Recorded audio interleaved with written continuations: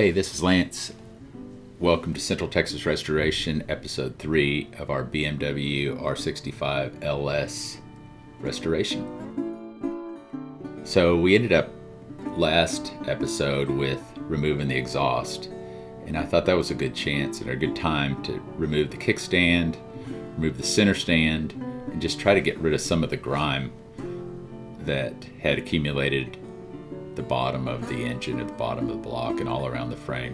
WD-40 is a great way to clean this off. And just buying it in a gallon can, using one of their pump sprayers, works really well.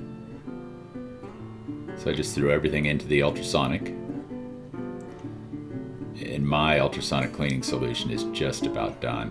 In fact, it'll be good to do the last of these greasy parts and then put fresh new solution in.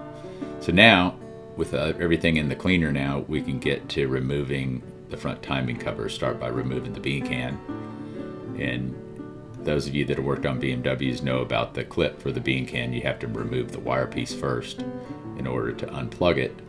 And if you don't do that, you'll likely split the connector. But remove the clip, unplug it, put the clip back on. Here we are taking off the diode board. And at this point, I thought that no one had really been in here before because everything was really clean and looked very original and very stock. In fact, nothing had really been messed with or molested.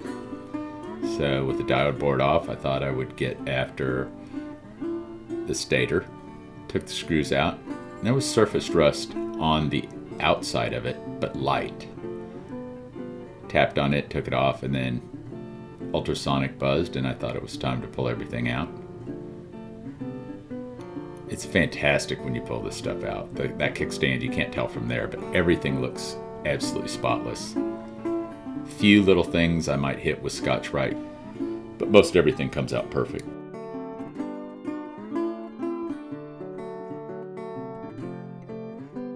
You can see the finned exhaust nuts in there. I ran those several times just to get the baked on carbon and everything off it, and they absolutely look brand new.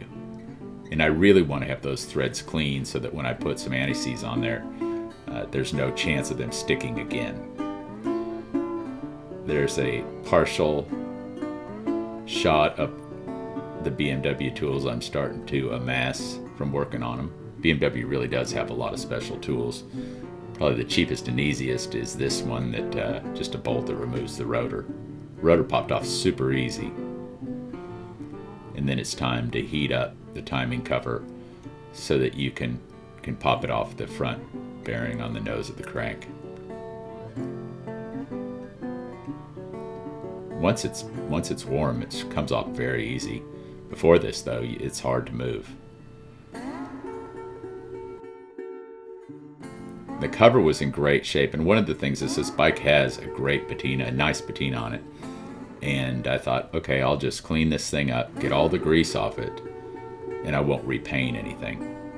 This is where I found out somebody actually had been in here before. One, there was clear silicone on all the sealing surfaces, and two, surprisingly, there was a master link on the timing chain, which tells me the timing chain had been replaced before. Again, going back to the ultrasonic, these fasteners come out looking brand new. It's so easy, and I just run them through the ultrasonic and then rinse them in water, rinse the timing chain cover with water, and just blow it off. Here's a quick shot of just, rather than repainting, and I thought I'd just sand the fins and get them nice and shiny.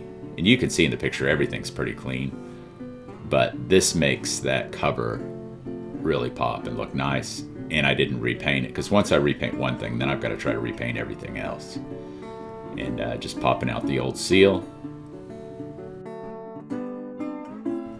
And it's in perfect shape. You can see I had to polish a little rust off the nose of the crank. And here I am, that stud, the threads were messed up a little bit.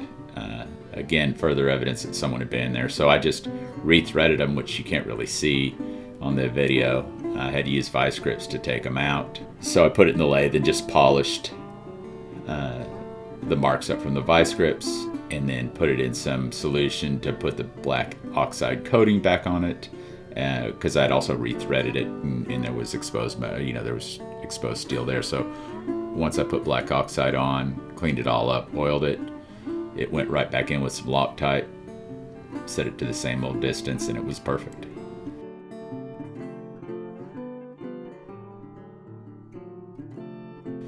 Then it was time to look at cleaning up the rotor.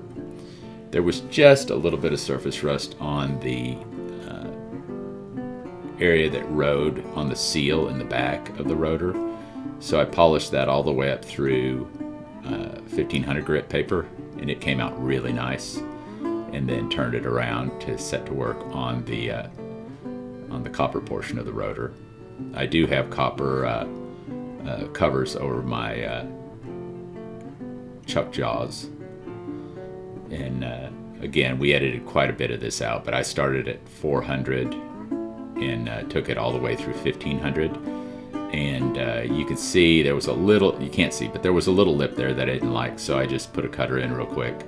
It was outside of where everything rode, but I thought just in case anything changed, I'd turn that lip off there, and then I polished it again, but we left that out. And here's just a shot of where I just put a quick chamfer on the front and the back edges, and the rotor was like new. Looks great. I didn't take much off at all, and you don't see here, but I had to use some Scotch-Brite on the bore on the nose, take any surface rust off. I polished up the nose of the crank. Here I'm just using a little cleaner to get any oil off the rotor. But that's a quick episode. We have a lot more coming, and things should get interesting, but please subscribe, and thanks for watching. See you again on episode 4.